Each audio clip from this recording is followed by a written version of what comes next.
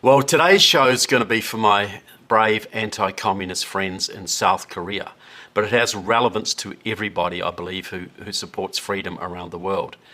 Now, while many of us are focusing on what the Communist Party of China is doing, it's threatening Taiwan, it's threatened Japan, it's threatened India, it's really set to create major chaos that could spread all over the globe. But few are focusing on America's very important ally, South Korea. South Korea is in huge danger right now. It's in huge danger of either being invaded by the North or being drawn into the Communist Chinese Empire, or both. And all because of a bill that's now going before the US Congress. It's HR House Resolution 3446. Now, what does this bill do? Why is it so dangerous to South Korea and the world, really? Well, because this bill would formally end the Korean War. You know, they stopped fighting in 1953. Well, that war has never formally been brought to a close. All it was an armistice, an agreement to cease hostilities. But the war is still officially ongoing. So, wouldn't it make sense just to formally end this war that's really been over for over 60 years? Well, here's the problem. Pro-North Korean and pro-China elements in this country are backing that bill. Now, why would they do that?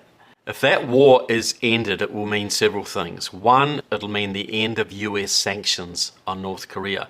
That will mean a huge influx of US capital, US technology into North Korea. It will basically bring North Korea out of the Stone Age, so to speak.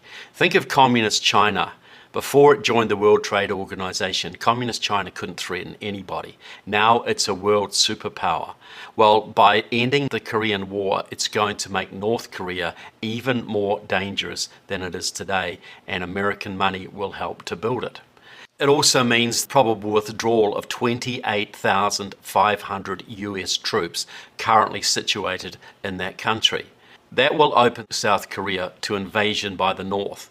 Now, the North has been long pushing for Korean unification. That doesn't mean South and North Korea get together and they all, live together in harmony. What it means is North Korea will take control of South Korea and impose communism on the South. And if it can't do it politically, it will do it militarily.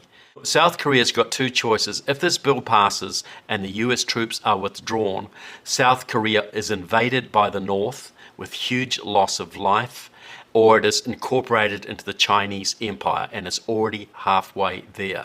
Now, people may think, well, what has that got to do with America or other countries?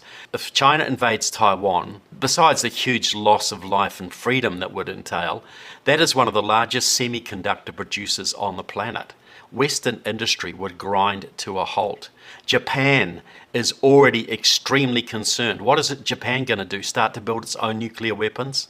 And South Korea will be lost as well. We could lose potentially all of those Asian allies. That would create problems for the Philippines, Australia, New Zealand, and India, and other countries. It would also render America open to very easy attack across the Pacific. Hawaii, the West Coast, etc. would be exposed.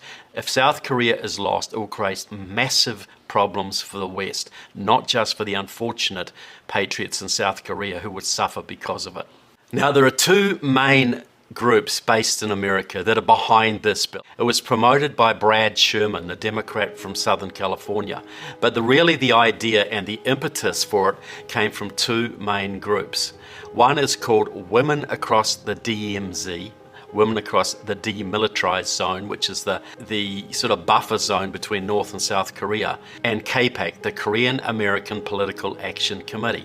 Both have roots in the very violent people's and students' uprisings that rocked South Korea in the early 1980s, when South Korean communists, some say with help from the North, staged violent uprisings in several parts of South Korea, and they were brutally suppressed by the military. And a lot of South Korea's problems stem from that period. Now, one of the student leaders involved in these violent disputes, these violent riots, He was jailed for his part in this. Once he got out of jail, he became a prominent lawyer. Well, he is now the current South Korean president, Moon Jae-in. This man is the Barack Obama of South Korea. He has filled his administration with pro-North Korean leftists. He has attacked opposing businesses, opposing media outlets. He is trying to set up a one-party state in South Korea.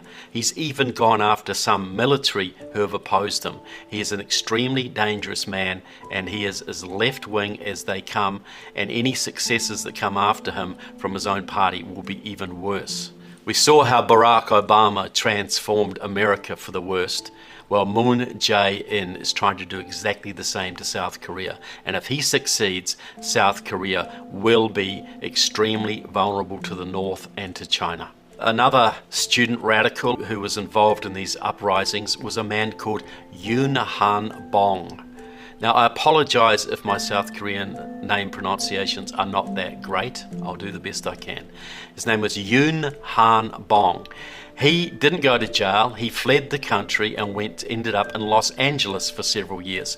He started a very radical pro-North Korean group spread across the country called Young Koreans United.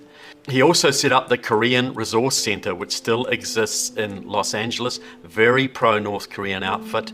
Helped to set up the Hana Center in Chicago and the Ming Kwong Center in New York. All of these groups, all pro-North Korean, and they work together in a confederation called NAKASEC, the National Korea American Service and Education Consortium. And NAKASEC lobbies members of Congress. It works with people like Senator Dick Durbin of Chicago, Judy Chu of California, etc. It's very, very active, not openly North Korean, but it pushes programs that would benefit the North at every opportunity. Independently in New York, another pro-North Korean group was set up. It's called Nodatdol, Stepping Stone. It was run by very strong pro-North Korean radicals, many of them affiliated with Asian Americans for Equality in New York, a mass community organization that came out of the Communist Workers' Party of the 1980s. Now, Nodatdol is extremely pro-North Korean. They send delegations to North Korea on a regular basis. Here is a photograph, Nodatdol delegation posing with North Korean soldiers and North Korean flags. Now, these pro-North Korean groups, NAKASEC, Nodatdol, have worked closely together. They've established a whole network of pro-North Korean organizations across the country, such as the Korean Policy Institute based out of Los Angeles. A woman across DMZ's leader, Christine Ahn, is probably one of the most dedicated pro-North activists in the country. She's been at this for nearly 20 years. She was very involved in the Korea Peace Committee in the early 2000s. She's been working closely with Nodatdol. She's led delegations to North Korea with them. Here's a photograph of her in 2008 with the Nodatdol delegation at Pyongyang Airport. She's been to North Korea many times, and in 2015 she staged a major international stunt. She led a whole delegation of women, largely American but Canadian and European as well, almost all communists and socialists, in a big publicity stunt. She led this delegation across from South Korea through the demilitarized zone into North Korea, where they were greeted and got lots of photo ops. It was a big PR campaign which benefited the North Koreans. And they helped to organize this. Christine Ahn has been involved for many years with a man called Park Chol. He was a Korean diplomat working out of the Korean mission to the United Nations in New York, a long-time North Korean intelligence officer. Well, Ahn has met him in one of her early trips to North Korea. He helped her. He worked with her to organize the Women Across the DMZ March in 2015. She acknowledges that. She's proud of it. She tweets about it. Now, the Korean American Political Action Committee is the creation of a California businessman called Casey Choi. Casey or KC Choi. KPAC is basically an American lobby group for the Moon Jae-in administration in South Korea.